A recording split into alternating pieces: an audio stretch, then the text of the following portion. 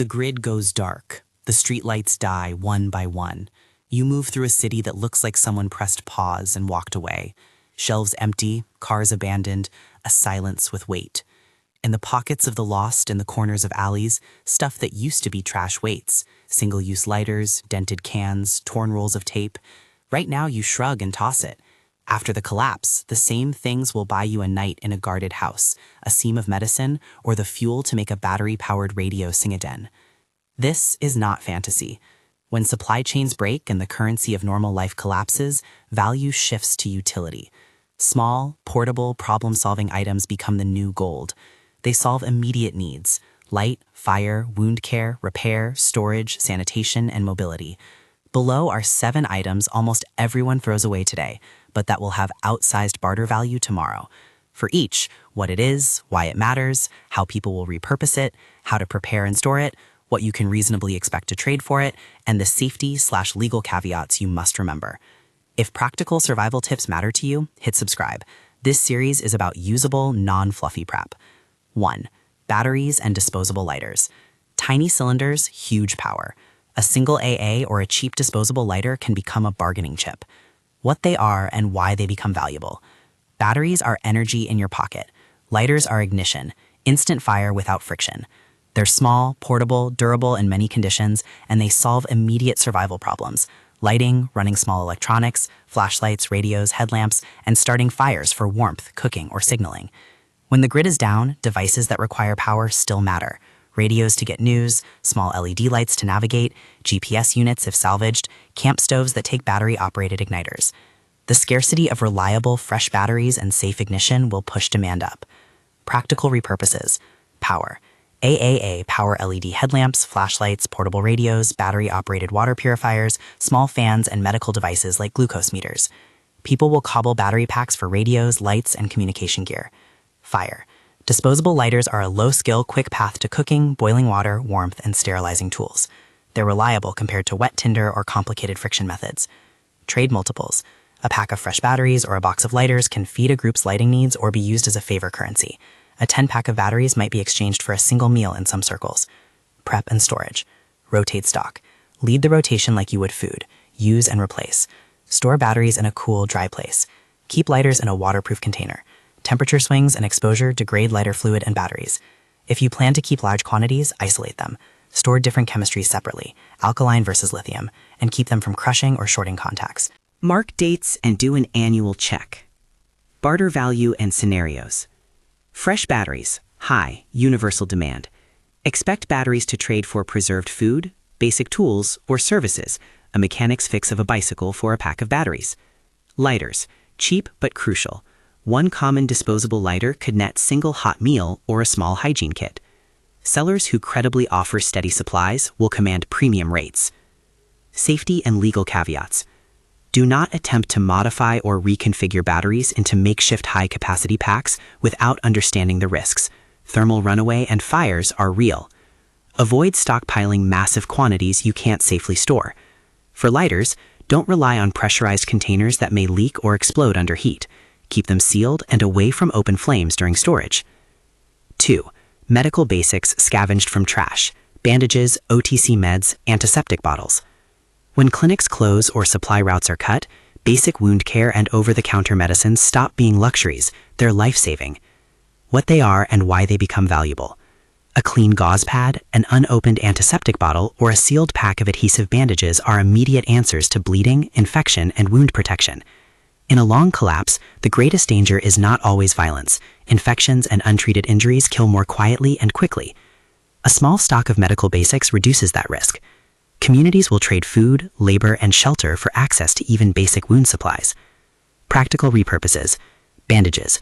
Dressing wounds, padding splints, covering IV sites if medical personnel are present, fashioning pressure dressings for bleeding. Clean gauze and sterile dressings are high value. OTC meds. Pain relief, fever reducers, antihistamines, and antacids will smooth the immediate physical crises that otherwise overwhelm communities and healthcare volunteers. Antiseptics. A single bottle of antiseptic used to clean wounds or sterilize tools will be cherished. Scavenging and cleaning. When scavenging, prioritize sealed, undamaged packaging. Throw away any medicine or dressing with suspicious discoloration, torn seals, or evidence of moisture. If you find open supplies, some can be sanitized and used in emergencies, but sterilization is imperfect outside clinical settings. Store medical items in airtight, dry, cool containers. Include a small carrying kit for quick trades or emergency runs. Barter value and scenarios. A clean roll of gauze or a sealed tube of antiseptic could be worth multiple cans of food, a night in a secure location, or a labor exchange.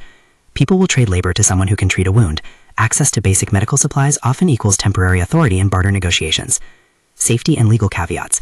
Do not distribute prescription medications without proper training. Avoid using or trading expired prescription medications as a substitute for professional care. Dosages and contaminants can be dangerous. If you or someone else needs advanced care, prioritize evacuation to medical centers or seek trained medical personnel. Learning basic, legal first aid and getting certified before a crisis is a far safer path than DIY improvisation under pressure. 3. Duct tape, zip ties, paracord scraps. If it moves or breaks, these things fix it. The value is in universal problem solving. What they are and why they become valuable. Duct tape, zip ties, and paracord are simple connectors. They secure, bind, loop, and hang. They bridge gaps between materials people no longer have replacement parts for. Their versatility underpins shelter repairs, gear rigs, emergency rigging, and even medical splints. Where new parts don't exist, a roll of tape or a length of paracord will keep things functioning. Practical repurposes. Repairs. Patching tents, sealing gutters, binding broken hinges temporarily, securing loads on bikes or makeshift carts. Shelter. Fast repairs to tarps or fabrics. Zip ties can help reframe plastic sheeting. Paracord becomes guy lines or suspension. Medical improvisation. Without providing step-by-step assistance, note that tape and cord can stiffen splints or secure dressings as a stopgap until professional care is available. Everyday solutions. Creating clotheslines, bundling firewood, making lashing points. These are small acts that preserve morale and hygiene. Storage and preparation. Keep duct tape in a dry, cool environment, and consider buying multiple widths. Paracord should be stored coiled to avoid tangles, and zip ties in small bins for easy access. Break tape down into trade-ready bundles.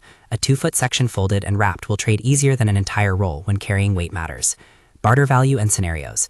Trades. A roll of duct tape or a handful of paracord can be exchanged for tools, battery packs, or a bicycle repair job. In community markets, you'll see people buying tape in bulk to establish quick repair stations. Those sellers command premiums because they save others time and risk. Safety and legal caveats. These are benign supplies with no legal issues. The caution is practical. Don't use duct tape as a long-term medical solution when sterility or proper immobilization matters. Whenever a rigid, sterile medical intervention is required, seek a trained caregiver. 4. Aluminum cans, scrap metal, and crowbar fit components. Metal is future infrastructure. You can't eat it, but it makes shelter, tools, and leverage. What they are and why they become valuable. Scrap metal is raw material. Aluminum cans, steel pieces, hinges, and even salvaged rebar become currency for construction, toolmaking, repair, or metal trade. Small workable pieces are especially valuable because they can be welded, hammered, or otherwise adapted into tools, cookware, or structural supports. Practical repurposes. Metal for tools. Basic cutting implements, improvised blades only as a last resort defensive measure. Focus on utility items like scrapers, chisels, or spoon-turned scoops. Structural use. Reinforcing a tarp frame, sewing metal brackets for a door, fashioning stoves or fire pans from tins. Leverage devices. Crowbar components and functioning pry bars multiply human force. A proper lever reduces injury risk and replaces risky improvisation with measured mechanical advantage. Biomechanics tie-in. The human body can generate force, but tools create leverage that keeps you from overexertion or dangerous improvisation. Using a crowbar or a solid metal shaft to lift or pry uses the body in safe alignment. Let your legs and torso do the work. Keep your grip secure and avoid twisting the spine. Tools turn a single person into a small crew. That reduces the impulse to use your body as a weapon because you can solve problems with leverage and time. Prep and storage. Collect flat, intact pieces rather than mangled scraps. Flat metal is easier to rework. Store small, valuable metal parts in labeled containers. Hinges, bolts, screws, and small hand tools are more valuable when organized and ready to trade. If you can learn basic metalworking or find someone who can, that person will control a high-value skill that multiplies the worth of raw scrap. Barter value and scenarios. Metal trades for labor, food, and technical services.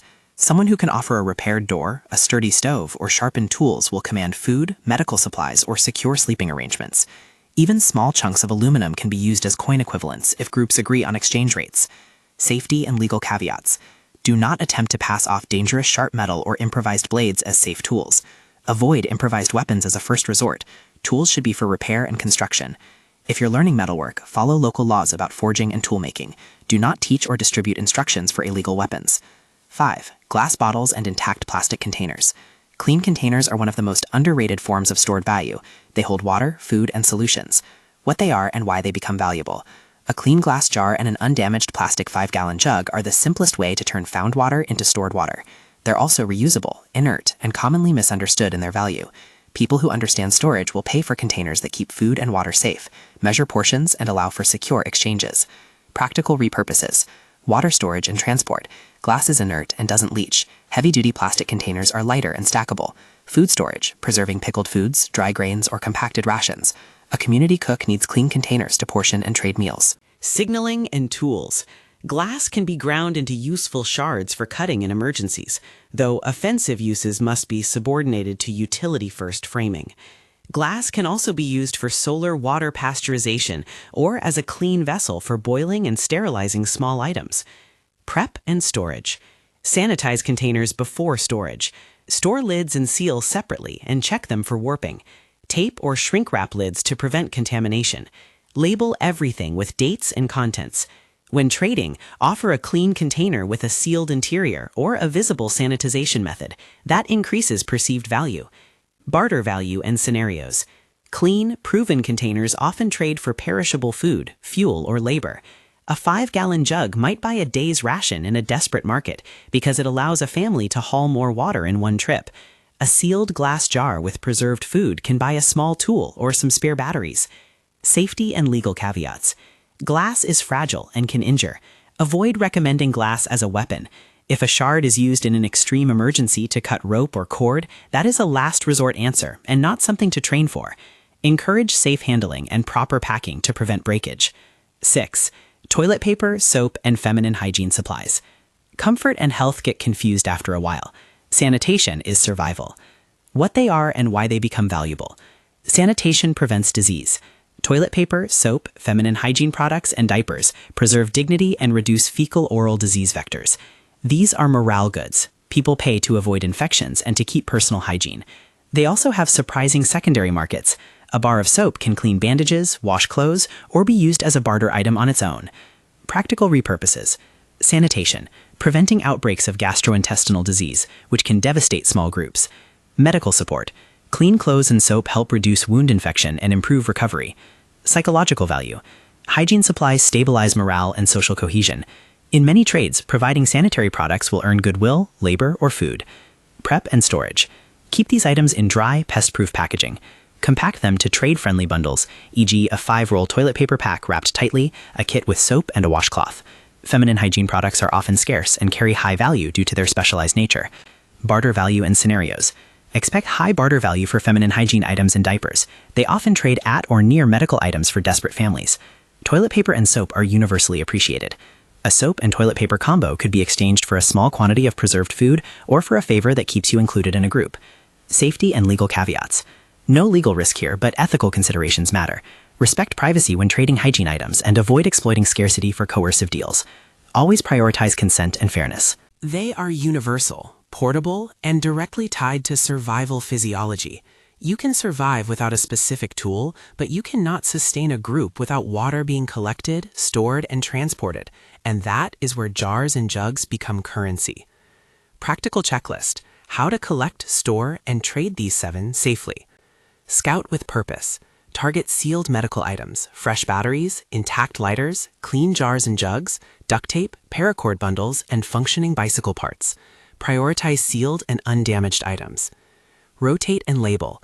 Keep dates on batteries, meds, and perishable-like items. Use FIFO, first in, first out, for consumables. Bundle for barter. Small, trade-ready packages move faster than bulk. 5-pack batteries, a 2-roll toilet paper bundle, a pre-bundled set of zip ties. These sell quicker on the move. Sanitize and present. Clean containers and medical items where possible. A visibly clean, sealed item fetches more value. Learn basic skills. Bicycle repair, first aid, and basic tool repair multiply your leverage. Skills often convert raw materials into higher value trades. Protect what you have. Conceal high-value items when moving through unsecured areas. Avoid showing stockpiles or becoming a magnet for opportunists.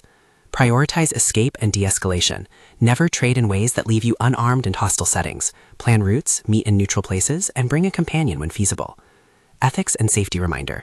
This is about reducing risk, preserving life, and building resilient exchanges, not about glorifying violence or encouraging illegal acts. Use any defensive capability only as a last resort to escape danger.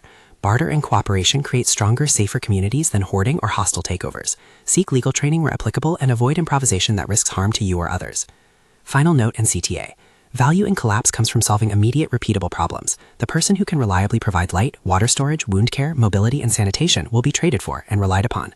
Pack the practical, keep it tight, and train the skills that let you turn small things into big advantages.